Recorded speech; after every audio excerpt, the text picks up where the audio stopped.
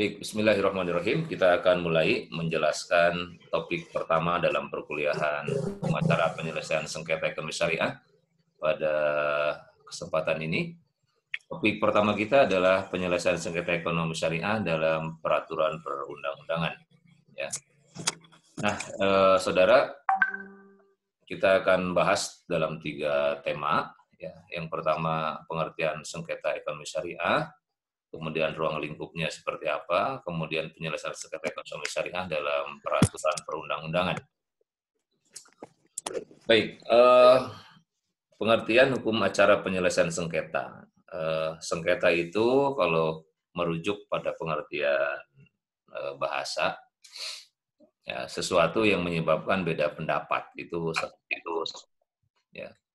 Jadi yang menyebabkan orang beda pendapat dianggap sebagai suatu sengketa. Pertengkaran juga sengketa, saling berbantahan juga sengketa, pertikaian juga kita masuk sengketa, perselisihan juga masuk sengketa. Ya. Atau juga sengketa itu adalah perkara.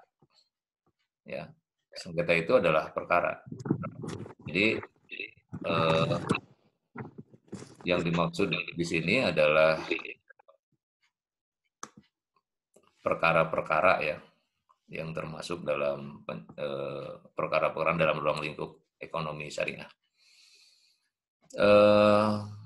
Yaitu pengertian bahasanya, sengketa itu adalah beda pendapat lah. Ya. Jadi nanti dalam lingkup ekonomi tentu beda pendapatnya, bukan dalam lingkup keluarga, bukan dalam lingkup politik, bukan juga dalam lingkup dalam lingkup yang lain ya, tapi juga dalam aspek ekonominya. Penyelesaian sengketa ekonomi syariah adalah proses mengakhiri suatu sengketa. Ya, jadi bagaimana penyelesaian sengketa ini adalah proses berakhirnya suatu sengketa yang terjadi pada kegiatan ekonomi yang dilaksanakan menurut prinsip-prinsip syariah. Ya, ini sesuai dengan peraturan perundang-undangan, ada beberapa ruang lingkup ya. Ruang lingkup ekonomi syariah itu termasuk bank syariah, asuransi syariah, reasuransi, reksadana, obligasi, surat berharga berjangka syariah, sekuritas, pembiayaan syariah, pegadaian syariah, dana pensiun, lembaga keuangan syariah, bisnis syariah, dan lembaga keuangan mikro.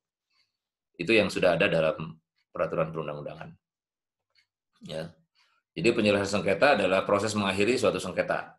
Ya. Jadi beda pendapat dalam lingkup perbankan, asuransi, reasuransi, dan lain-lain. Ya.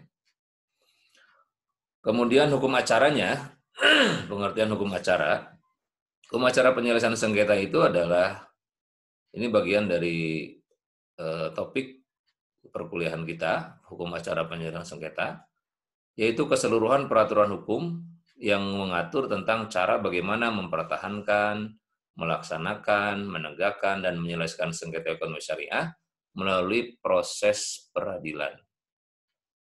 Ya. Karena kalau kita bicara hukum acara, ya di pengadilan sebetulnya. Meskipun penyelesaian sengketa ekonomi syariah itu bukan hanya di pengadilan, bisa juga di luar pengadilan. Ya, bisa juga di luar pengadilan.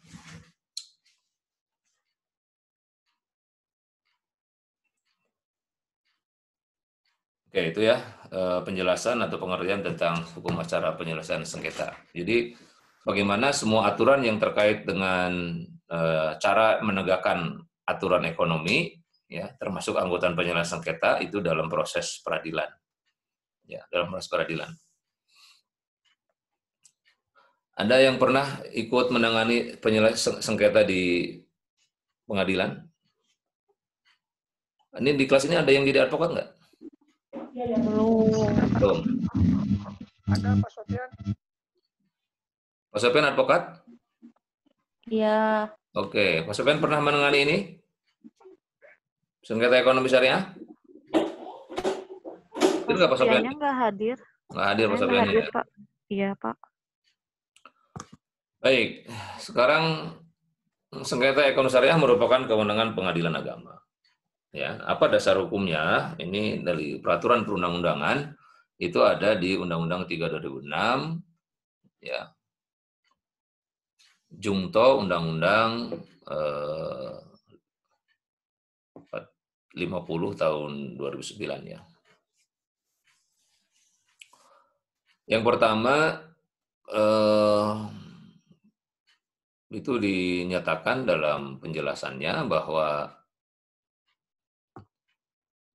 pasal 49 huruf I antara lain disebutkan bahwa kewenangan pengadilan agama itu ya selain sengketa perdata keluarga, perkawinan, kemudian hibah wasiat wakaf, ya, waris, ya, itu juga adalah sengketa ekonomi syariah. Ya, yang tersebut adalah dari poin A sampai poin K. Jadi ada 11 kewenangan pengadilan agama yang terkait dengan sengketa ekonomi syariah. Ya, ekonomi syariah. Jadi ada sekian kasus ya yang menjadi kewenangan pengadilan agama.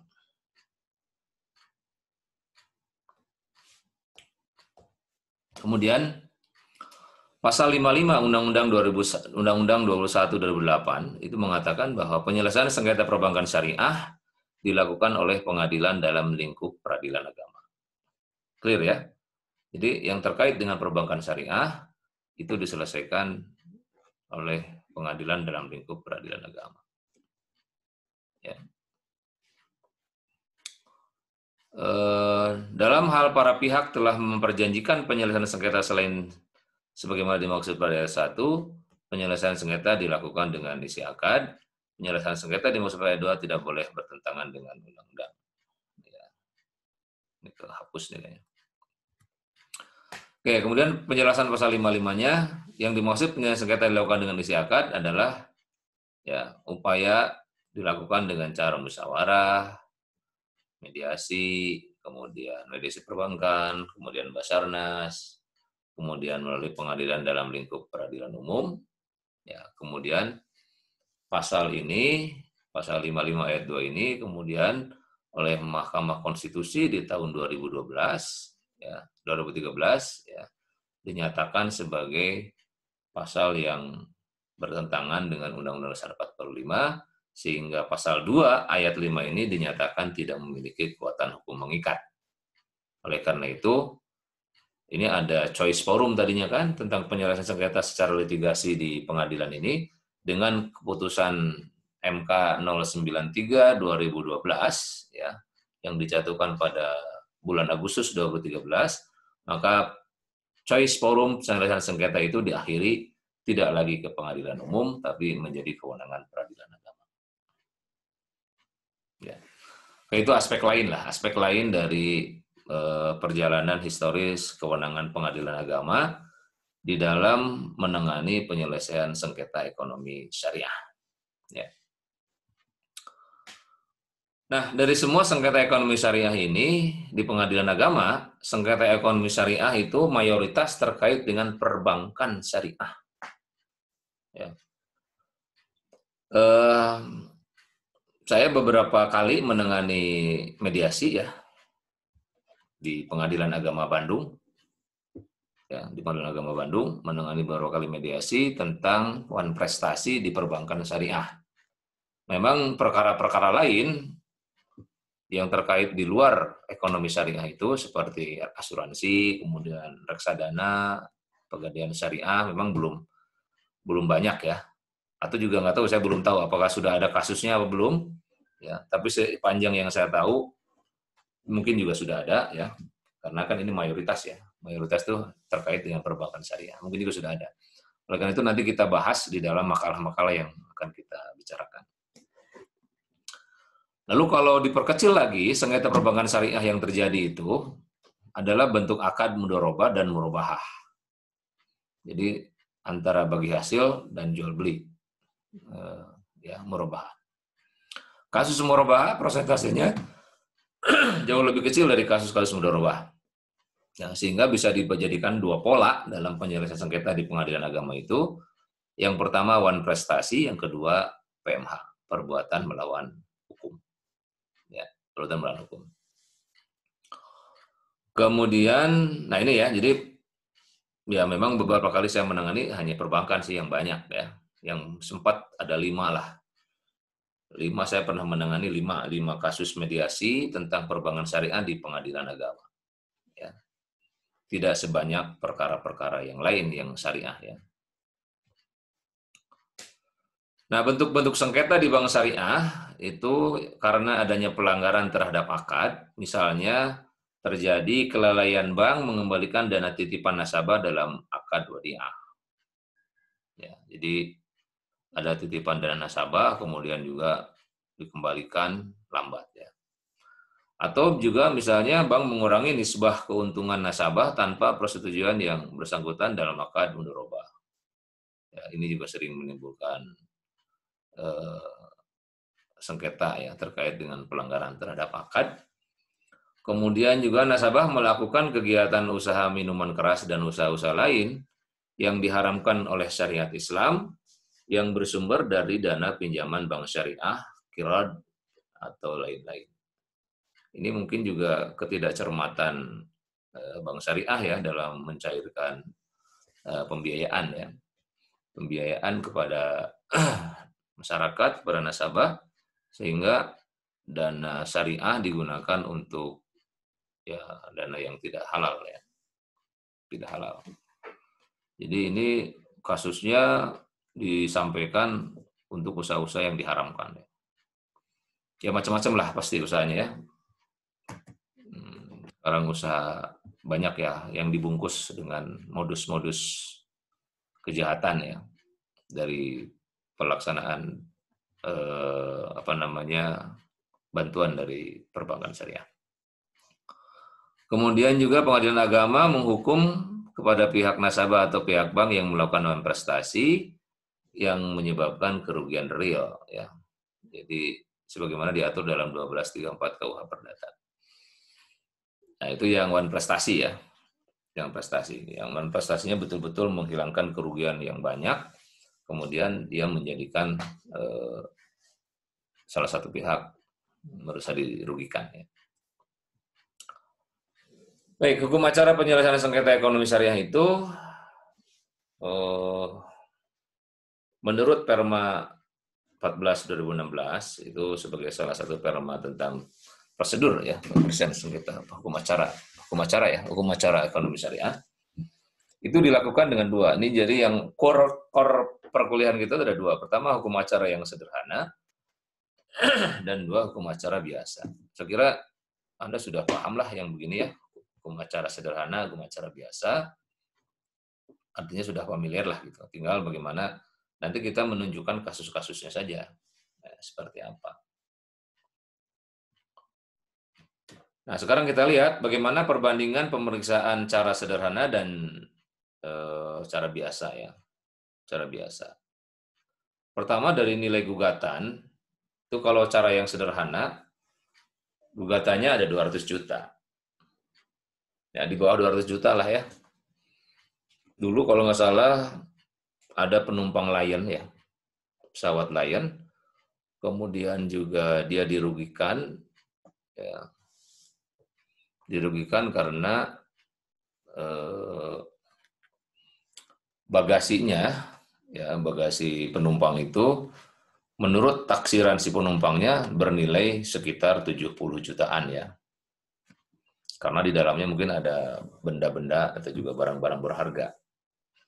Ya, sehingga itu diajukan ke pengadilan ya untuk diperiksa dengan gugatan sederhana. Ya. Kalau cara biasa lebih dari 200 juta. Jadi acaranya tidak sederhana tapi acara biasa. Bagaimana cara pemeriksaan sederhana dan cara biasa nanti kita bicarakan dalam perkuliahan yang lain ya atau dalam topik yang lain. Tidak sekarang kita bicarakannya. Lalu jumlah para pihak penggugat dan tergugatnya masing-masing tidak boleh lebih dari 1 kecuali punya kepentingan hukum yang sama. Ya. Itu cara sederhana karena ya selama kurang lebih ya, dalam 1 bulan kurang lebih itu harus selesai ya. Gugatan sederhana itu. Kemudian penggugat dan tergugat masing-masing boleh lebih dari 1 itu kalau cara biasa. Itu berarti hukum acara perdata biasa penyelesaian sengketanya sesuai dengan tahapan-tahapan di dalam pemeriksaan perkara ya. Pemeriksaan perkara di pengadilan. Lalu dari segi alamat tergugat, kalau cara sederhana harus diketahui, kalau cara biasa nggak usah diketahui. Ya, ini mutlak kalau cara sederhana, karena si T-nya itu harus pasti ada di mana. Kalau di acara yang biasa, mungkin juga ya T-nya tidak harus diketahui domisilinya, dititipkan ke aparat desa, kemudian bisa jadi aparat desanya juga menyampaikan atau tidak menyampaikan, sehingga nanti diputus dengan cara perstek di pengadilan.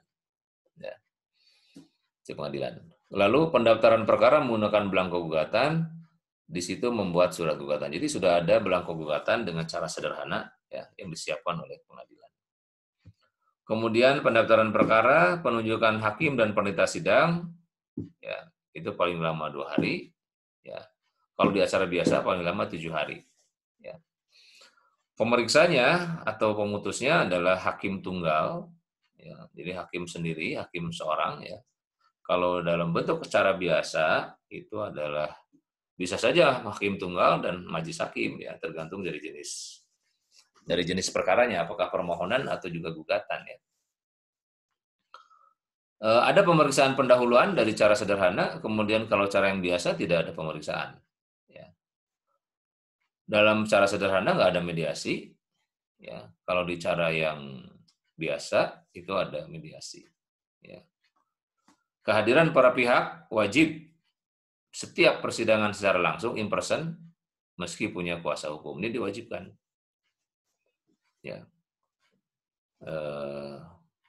Kemudian P dan T tidak wajib hadir setiap persidangan secara langsung dalam acara yang biasa, karena sudah disampaikan dalam surat kuasa hukum ya.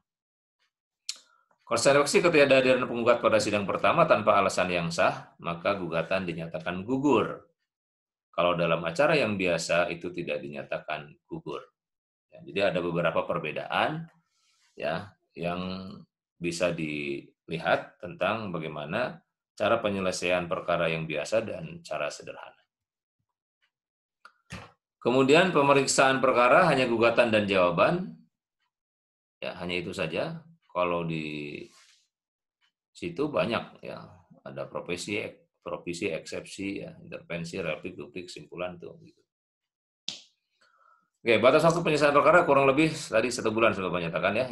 Di situ di permanya ditegaskan 25 hari sejak sidang pertama. Ya, kalau di acara biasa itu 5 bulan. Ya, 5 bulan. Penyampaian putusan paling lama 2 hari, paling lama 7 hari sejak putusan diucapkan. Upaya hukumnya ya keberatan 7 hari sejak majelis hakim ditetapkan. Jadi keberatan atas putusan hakim tunggal itu. Ya. Kemudian kalau di acara biasa banding 3 bulan, kasasi 3 bulan, PK 3 bulan, hampir setahun tuh ya. Batas waktu pendaftaran upaya hukum 7 hari sejak putusan diucapkan atau diberitahukan, 14 hari sejak putusan diucapkan dan diberitahukan. Kewenangan pengadilan tingkat banding dan MA tidak ada untuk sengketa biasa atau penyelesaian secara yang sederhana. Kalau yang biasanya ada tingkat pertama, tingkat banding dalam gugatan, kecuali perkara permohonannya. Lalu penanganan perkara ekonomi syariah dengan cara sederhana ini mengacu ke Perma 2 2015 tentang tata cara penyelesaian gugatan sederhana atau Small Claim Code. Ya. Sementara itu penanganan perkara syariah dengan cara biasa tetap mengacu kepada berbagai peraturan perundang-undangan yang berlaku. Ya, jadi kalau acaranya acara biasa menggunakan hukum acara perdata, HIR, RBG, RV ya itu berlaku. Baik dalam gugatan sederhana maupun gugatan biasa, penggugat dapat mengajukan perkaranya dengan datang ke kepaniteraan PH atau MS melalui pendaftaran elektronik. Ya, bedanya kalau pendaftaran gugatan sederhana, si penggugat cukup mengisi formulir atau belangko gugatan yang disediakan pengadilan. Ya, isinya menguraikan identitas penggugat dan tergugat, penjelasan ringkasan duduk perkara atau posita, dan tuntutan penggugat atau petitum. Ya. Selain itu, ketika mendaftarkan perkaranya, penggugat wajib melampirkan bukti-bukti surat yang sudah dilegalisasi. Ya. Nah, jadi akan beda lah, akan beda. Nanti ada 2 topik yang terkait soal itu, kita bicarakan dalam pertemuan yang akan datang. Kita lihat sebuah tayangan berikut ini tentang bagaimana gugatan sederhana itu dilakukan.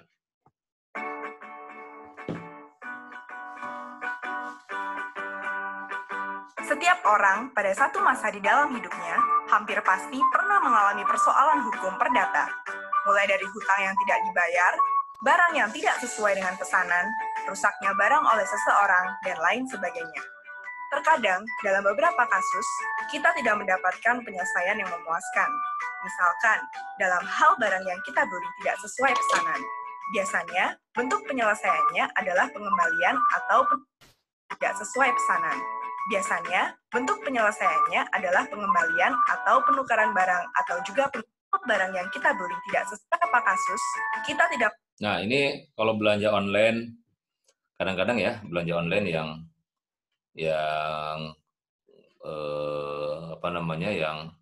yang berpotensi ya, tidak semua yang di IG tidak bagus ya, tapi ada beberapa kasus yang medianya media IG itu berpotensi untuk menimbulkan kerugian untuk konsumen ya.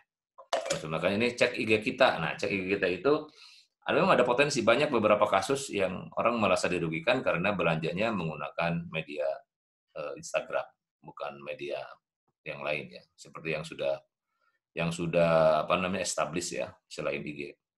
Mendapatkan penyelesaian yang memuaskan. Misalkan, dalam hal barang yang kita beli tidak sesuai pesanan. Biasanya, bentuk penyelesaiannya adalah pengembalian atau penukaran barang atau juga pengembalian uang. Padahal, dalam beberapa kasus, kita sangat membutuhkan barang itu untuk satu pekerjaan lain, sehingga menimbulkan kerugian yang besar dan tidak bisa ditutupi hanya dengan penukaran barang dan pengembalian uang. Dalam menghadapi hal itu, biasanya kita menghadapi 2 pilihan. Pertama, pasrah dengan situasi yang dihadapi. Kedua, mengajukan persoalan tersebut ke pengadilan. Bagi sebagian besar dari kita, menempuh jalan ke pengadilan bukanlah suatu pilihan. Kita segera membayangkan proses yang rumit, biaya yang besar yang harus keluar, dan waktu yang lama. Bahkan, di masyarakat kita, ada sebuah anekdot tentang proses pengadilan yang bilang bahwa bersengketa di pengadilan ibarat memperebutkan kambing, namun bisa kehilangan sapi.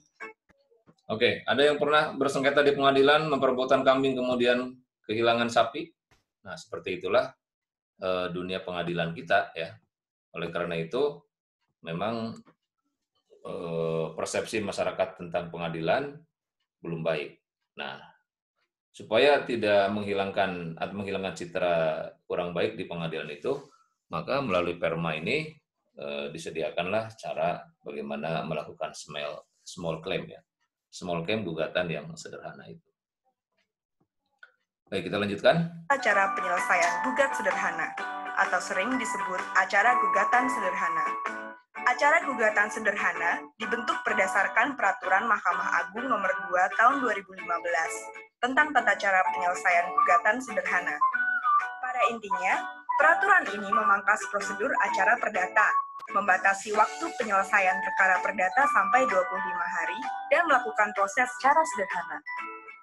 Namun demikian, acara gugatan sederhana tersebut hanya diperuntukkan bagi perkara-perkara perdata yang memenuhi beberapa persyaratan, yaitu 1. Nilai tuntutan yang diminta tidak lebih dari 200 juta rupiah dan tuntutan bersifat material. Tuntutan yang bersifat imaterial. Nah, tuntutan kurang dari 200 juta itu, saya belum, nanti coba dicari ya, kalau nggak salah sudah ada Perma terbaru itu, jadi 500 juta kalau nggak salah.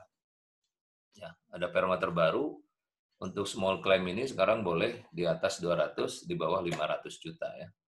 Nanti dilihat kita Permanya tentang itu.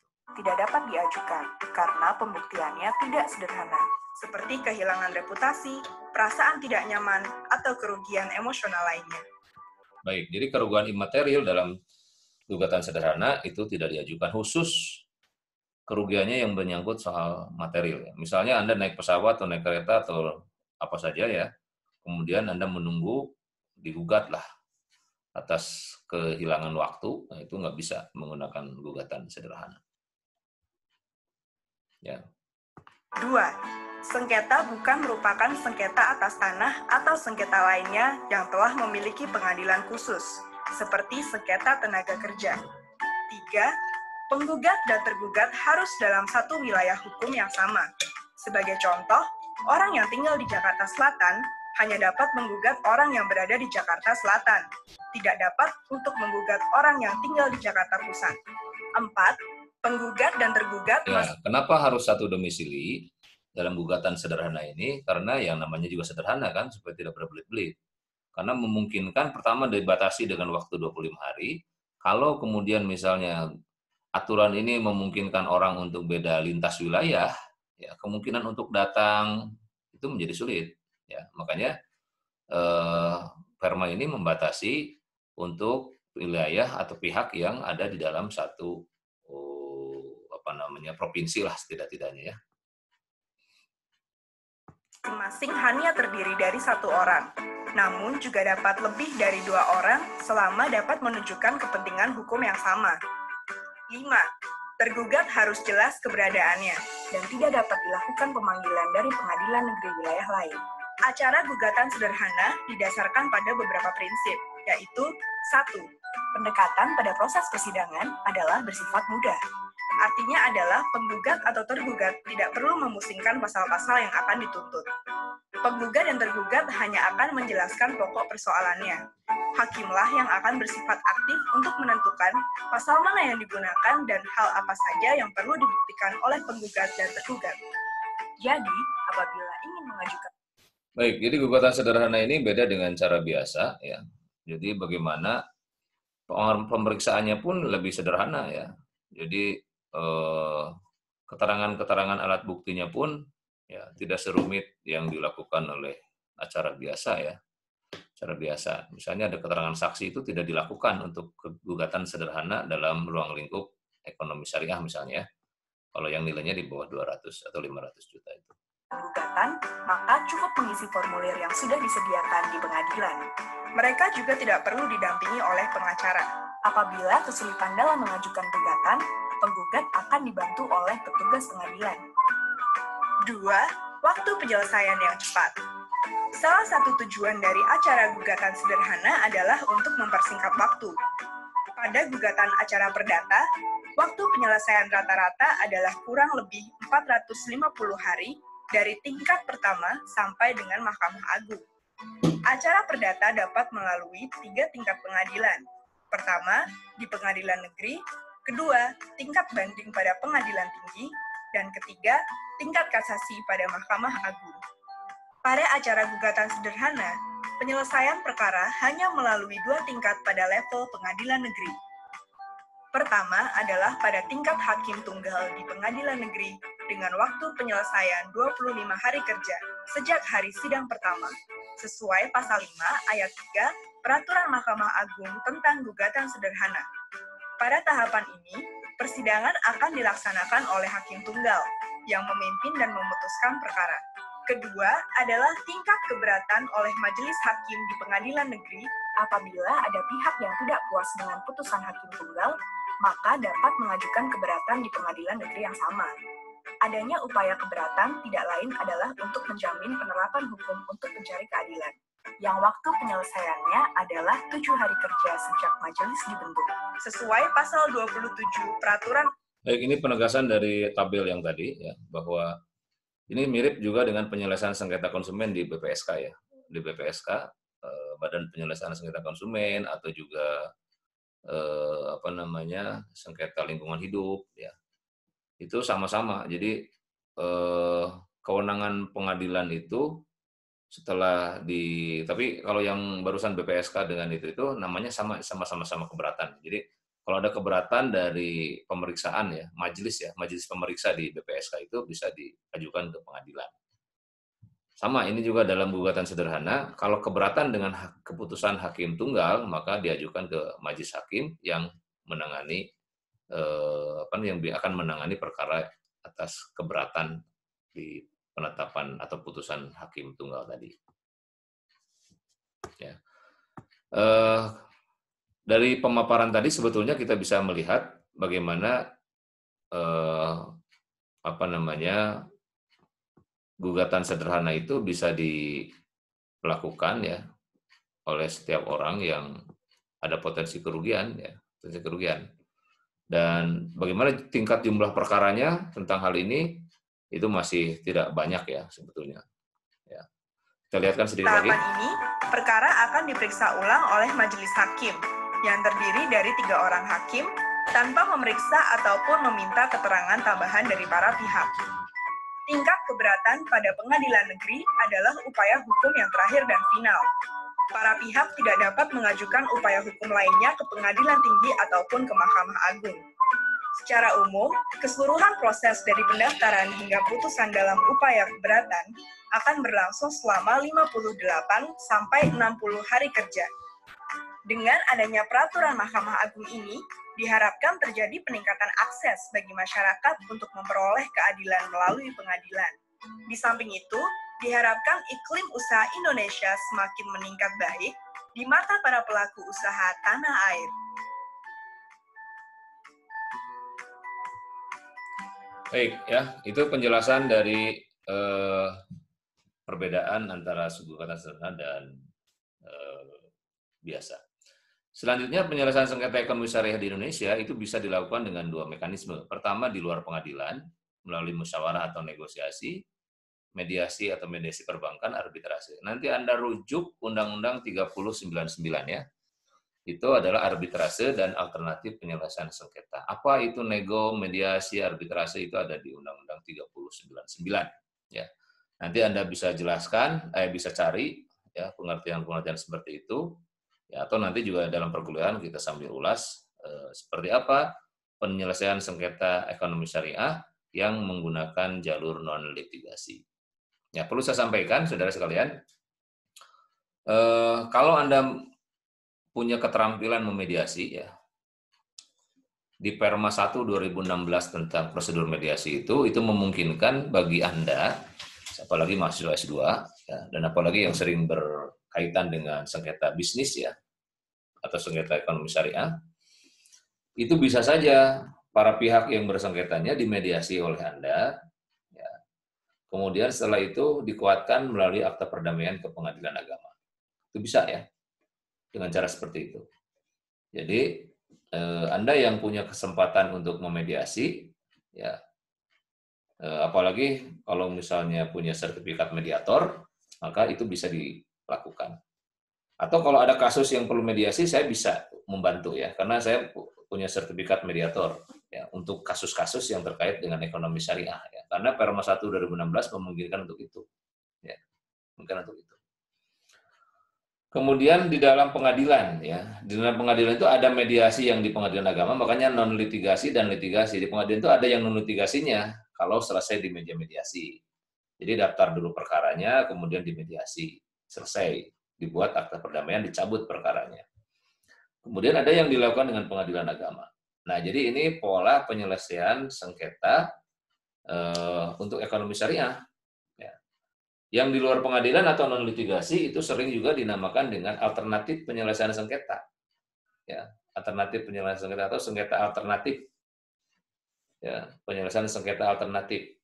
Jadi sekarang ini banyak obat alternatif, banyak obat herbal. Nah, untuk semuanya penyelesaian sengketa juga ada alternatifnya, ada herbalnya. Jadi penyelesaian sengketa secara herbal untuk ekonomi syariah gitu ya. Itu kalau kita merujuk pada dunia kesehatan ya. Nah, jadi masyarakat jangan hanya ke tempat-tempat yang mainstream di pengadilan untuk penyelesaian sengketa itu. Bisa dilakukan dengan cara mediasi atau ya cara yang alternatif itu. Ya, yang alternatif itu. Nah, itu perlu digalakkan itu. Ya, dianjurkan. Oleh karena itu, bagaimana caranya mahasiswa hukum ekonomi syariah ini itu dikenal oleh masyarakat sebagai mediator. Nah, itu. Jadi nanti kalau ada sengketa, Anda bisa ikut menangani. Ya, ikut menangani itu. Itu peluangnya ya, peluang untuk mahasiswa HES. Nah, ciri bentuk penyelesaian sengketa ini, kalau negosiasi tidak formal, apa saya perlu jelaskan ya istilahnya, negosiasi itu seperti apa? Jadi, atau nanti lihatlah di YouTube saya yang lain ya, penjelasan soal negosiasi kemudian mediasi ya, biar cepat gitu, nggak usah saya ulas lah. Sumbernya ada di Undang-Undang 3099 itu. Jadi tingkat dari segi formalitasnya itu tidak formal negosiasi itu karena dilakukan oleh orang yang punya perkara, ya, yang punya masalah, yang punya sengketa dengan orang lain. Kemudian yang mediasi atau konsiliasi tidak formal, sementara pengadilan atau litigasi sangat formal terikat dengan hukum. Kalau arbitrase itu agak formal, ya, arbitrase. Ya. Kemudian sifatnya atau prosesnya negosiasi dilaksanakan dengan cara mufakat. Ya, jadi keputusannya itu kesepakatan para pihak. Ya, kesepakatan para pihak sebetulnya. Kesepakatan bukan para pihak, kesepakatan negosiator gitu ya. Kalau negosiasi. Kalau mediasi atau konsiliasi mufakat para pihak, mediator tidak punya kewenangan untuk memutuskan. Ya. Kalau di pengadilan, sifat prosesnya alat bukti, argumen, itu melalui pembuktian. Di arbitrase juga sama, ya sama. Pihak ketiga yang netral di negosiasi nggak ada karena dua pihak yang menyelesaikan. Kalau di mediasi ada mediator yang dipilih oleh para pihak dengan atau tanpa keahlian dalam bidang yang bersengketakan. Di pengadilan juga sama, hakim yang tidak dipilih oleh para pihak tanpa keahlian dalam bidang yang bersengketakan. Ya, jadi hakimnya nggak bisa milih, nggak bisa milih, udah ditentukan aja. Ya, untuk sengketa itu. Nah, kalau arbitrase, arbiter yang dipilih oleh para pihak. Nah, itu bedanya. Nah, memang sih sebetulnya kalau sistem penyelesaian sengketa mestinya milih ya. Jadi pengadilan agama pun harus sudah ada kamarnya, bukan kamar ya, kamarnya sudah ada sebenarnya, tapi keahliannya. Mana hakim-hakim yang jago di ekonomi syariah, mana hakim-hakim yang jago di hukum keluarga. Gitu. Itu sudah ada dua keahlian yang beda. Nah, kalau di arbiter itu orang milih mana yang paham soal ekonomi, yang paham dengan asuransi, yang paham dengan ahli asuransi, mana yang paham soal perbankan, itu ada keahlian-keahliannya. Dari aspek publikasinya, itu negosiasi tertutup, mediasi juga tertutup, pengadilan terbuka ya, bisa diwawancara kan. Kalau ada kasus perdata, kalau ada kasus perceraian bisa diperdata, bisa diwawancara kan sama media, awak media. Jadi terbuka lah, urusannya jadi orang pada tahu. Kalau arbitrase tertutup. Hasil akhirnya kesepakatan atau tidak sepakat. Sepakat atau tidak sepakat dalam proses negosiasi, dalam proses mediasi konsiliasi, kalau dalam pengadilan ya putusan dan penetapan. Kalau di arbitrase putusan. Nah, itu ciri-ciri dan bentuk penyelesaian sengketa, semuanya memiliki kelebihan dan kekurangannya tersendiri. Ya, kelebihan dan kekurangannya tersendiri dalam penyelesaian sengketa ekonomi ini. Ya, jadi ada plus minusnya. Baik, demikian saya kira penjelasan tentang perkuliahan kita ya untuk pengantar ya. Untuk pengantar mata kuliah kita pada hari ini ya.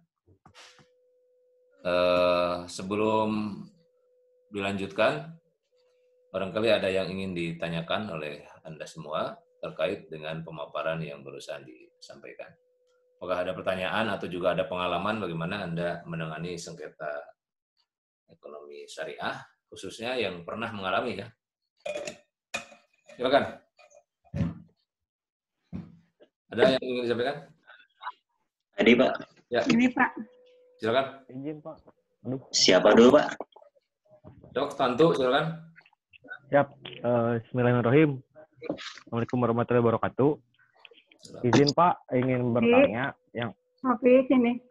izin ingin bertanya. Yang pertama mungkin dalam proses penyelesaian sengketa ekonomi syariah ini banyaknya diselesaikan secara litigasi atau non litigasi. Yang kedua, masalah dalam kepailitan perbankan atau lembaga keuangan syariah ini diselesaikannya di mana masalah kepailitan itu Pak. Sekian mungkin, terima kasih. Oke. Yang pertama tentang apakah perkara penyelesaian ekonomi syariah itu banyak yang dilitigasi dan non litigasi ya. Jelas banyak yang litigasinya. Ya. banyak litigasinya. Sekalipun misalnya sekalipun penyelesaian sengketa secara non litigasi itu banyak manfaatnya, tapi masyarakat kita kok kayaknya nggak puas gitu kalau nggak ke pengadilan. Ya.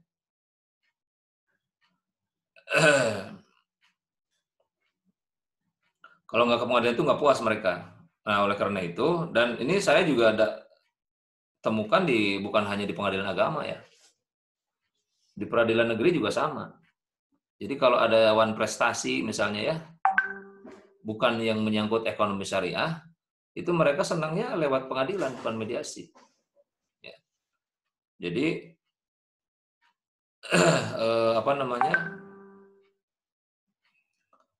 orang Indonesia ini meskipun suka damai gitu ya, budaya damai itu ditegakkan atau juga menjadi citra dan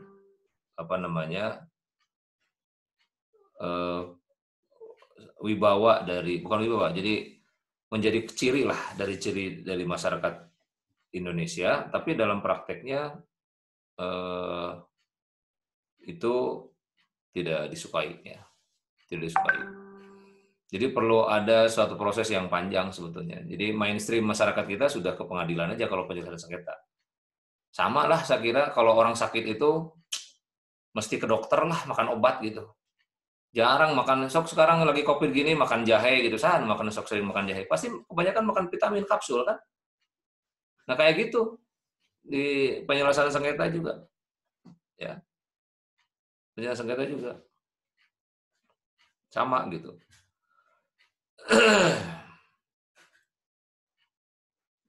Itu satu ya tentang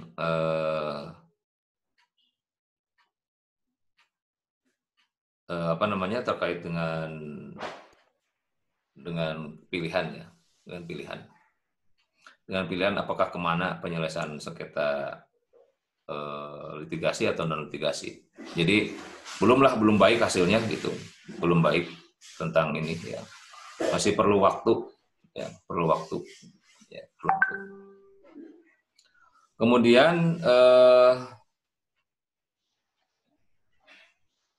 bahwa soal kepailitan ya, soal kepailitan ini itu menjadi kewenangan pengadilan agama. Ya.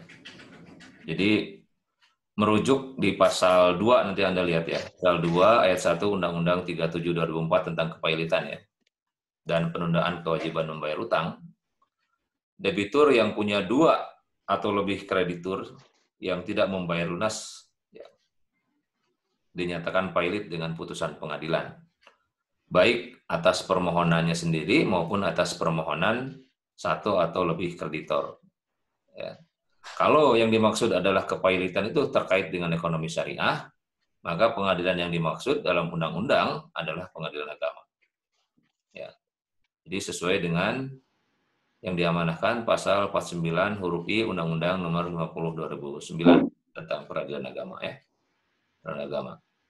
Itu berwenang menyelesaikan sengketa-sengketa perkara ekonomi syariah ya.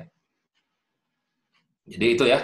Sengketa kepailitan ekonomi syariah diselesaikan melalui jalur litigasi atau non litigasi, juga bisa melalui putusan pengadilan agama. Ini Pak, kalau yang masalah kepailitan bahwa yang tadi kan bahwa bisa diputuskan dalam pengadilan agama. Sejauh ini sudah ada belum gitu kasus kepailitan salah satu perbankan yang diselesaikan di pengadilan agama?